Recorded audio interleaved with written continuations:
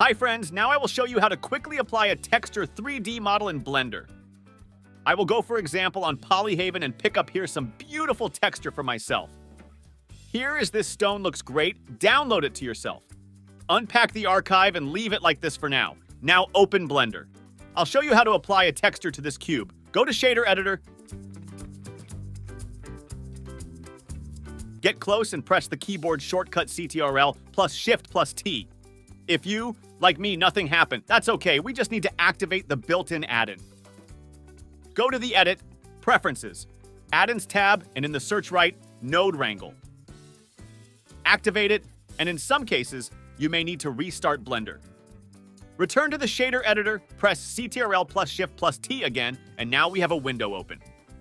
Look for where we saved our texture and select all of them.